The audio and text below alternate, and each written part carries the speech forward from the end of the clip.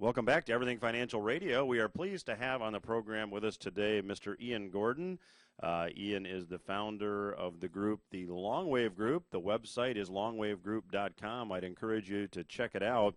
And Ian, I want to jump right back in here.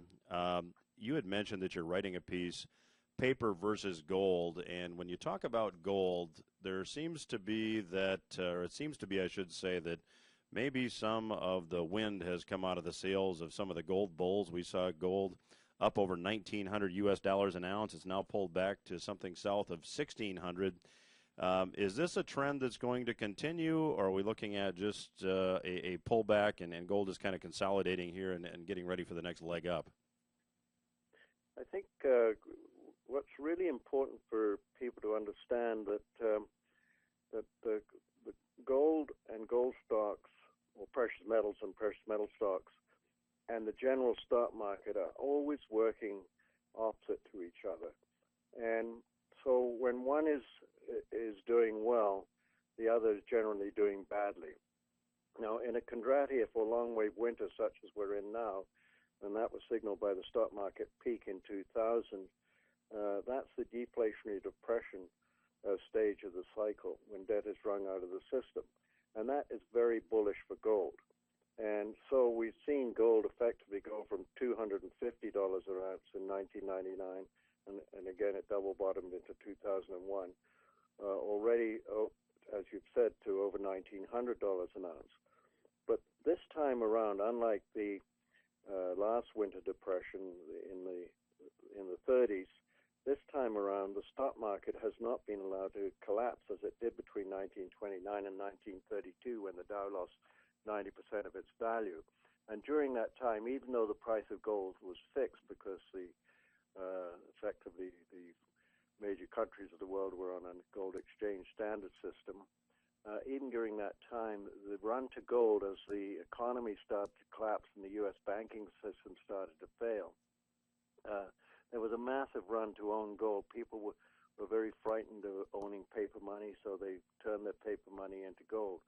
The same has really occurred this time around. I mean, as I say, we've gone from 250 to 1900. We're now back below 1600, but we're below 1600 because the stock market has been performing exceptionally well since the down of 2009. So paper is in preference right now, and when paper's in preference, there's no fear on the part of investors and so on. So that gold really doesn't really have any value to investors when they're making money in the general stock market. It's only when the thing starts to collapse, and we believe that that's fairly imminent. When that happens, when the stock prices start to collapse, people get scared and they turn to gold. And because when the stock prices start to collapse, everything else starts to collapse alongside it. So the banking system gets into dire trouble, and people turn to own gold because they're so frightened about everything else. So I think we're going to get a reversal. We're going to see stock market peak fairly soon, and the gold market bottom fairly soon, and the two are going to reverse. Gold's going to go up significantly higher than it is right now, and the stock market is going to go significantly lower. The March lows, I'm sure, are going to be taken out on this next downward leg in the stock market. Well, Ian, that would be a significant decline from here. Let me go back and just have you explain something to the listeners. You mentioned that in the last winter cycle that the world was, for the most part, on a gold exchange system. That there was a link between paper money and gold.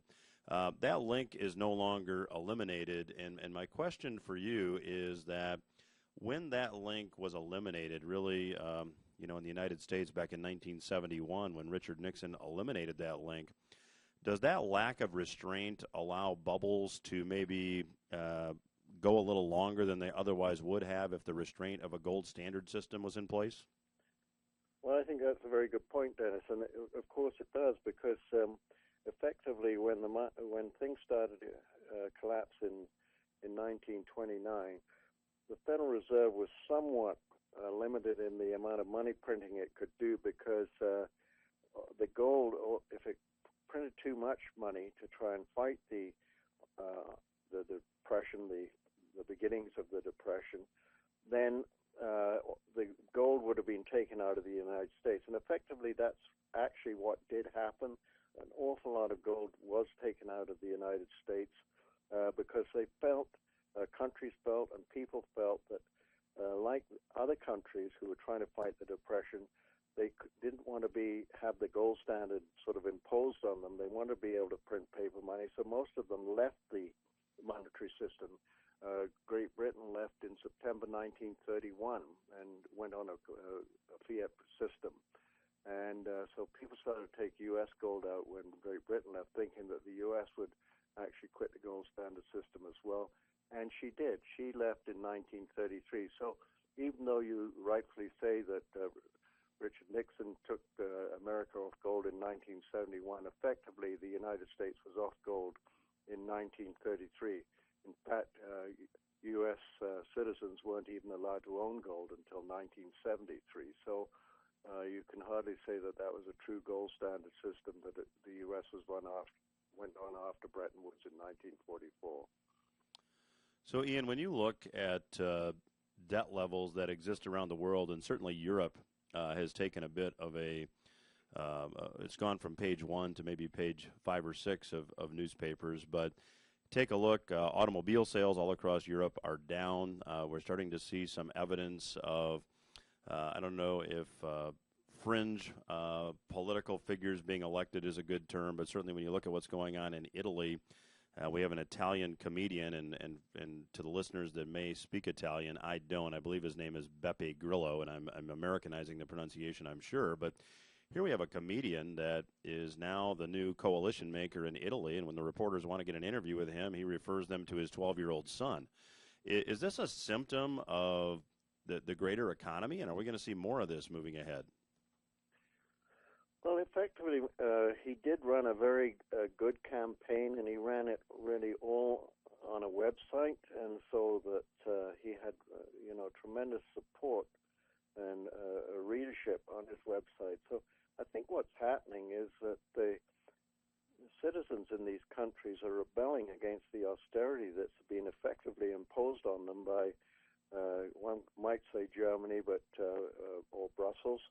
And, because you've got massive and growing unemployment in all these countries because of that austerity, so that people are looking for alternatives to govern them. And I mean, the same you could say happened in the 1930s when you had, the rise to power of people like Adolf Hitler and so on, because people looked, Germany was in dire straits after the First World War, and they had a massive inflation in the 20s, and their economy was really in ruins, and so the German people just looked for some alternative, not the traditional form of government, someone that could lead them out of the wilderness, essentially, and I think that's going to happen in many countries in the world. Ian, if you take a country where you've seen inflation like Argentina, historically speaking, give us your perspective. It seems to me that often inflation gives way to deflation due to debt excesses. Can you comment on the typical pattern here for our listeners? Well, I think, Argentina is different. It's very difficult for Argentina to issue debt. It's already reneged on its debt, so bonds. So it has to inflate its money, inflate money to try to keep the economy going. Right now, most other countries still have access to a bond market, although I suspect that that's going to be eventually, that access is going to be taken away because there is too much debt. But when you have an access to a bond market, it's very difficult to effectively inflate quite dramatically, much as is going on in Argentina. So I think what we're seeing here in the United States with all the money printing is, as I said earlier, is that the inflation is in asset prices, particularly in the stock market. That's where you're seeing inflation because the banks have the money. The banks are being given $1 trillion a year by the Federal Reserve. And so we've got an inflation going on, but it's in stock prices. But when something there might be, I'm not sure what it'll be, but there'll be a catalyst, just as there was in 2007, 2008, when you had Bear Stearns and the Lehman sort of going down. There'll be a catalyst that will bring the stock market down in the United States, and that will be highly deflationary. So, Ian, the what is always a lot easier to predict than the when. But can this money printing, in your opinion, continue for another 2 or 3 or 4 years, or are we closer to this deflationary decline in the market than maybe a lot of our listeners think? Well, again, if you look at the U.S., every time that the stock market has gone down since 2000, the Federal Reserve has responded, Alan Greenspan initially, by bringing down interest rates. You can look at, in 2000 when the stock market peaked, the interest rates, the federal funds rate was about 6%. And as the stock market started to collapse into October 2002, Alan Greenspan brought those rates down to less than 1%. Similarly, and then as the market recovered after 2002, interest rates were allowed to rise. And into 2007, when the market again peaked in October 2007, and interest rates at that time were at about 5.5%, the federal funds rate. And then what happened is the market collapsed into 2009, and Ben Bernanke brought interest rates down to effectively 0%, and he's kept them there. So that the next, and also all the time during each of those stock market collapse, copious amounts of money were fed into the banks through all sorts of programs, quantitative easing, TARP, or whatever, and it was the banks that basically righted the stock market. But this time around, when the market peaks this time, there's no ammunition left for the Federal Reserve to fight the decline in stock prices. Interest rates are at zero, and the banks are already receiving about $1 trillion a year,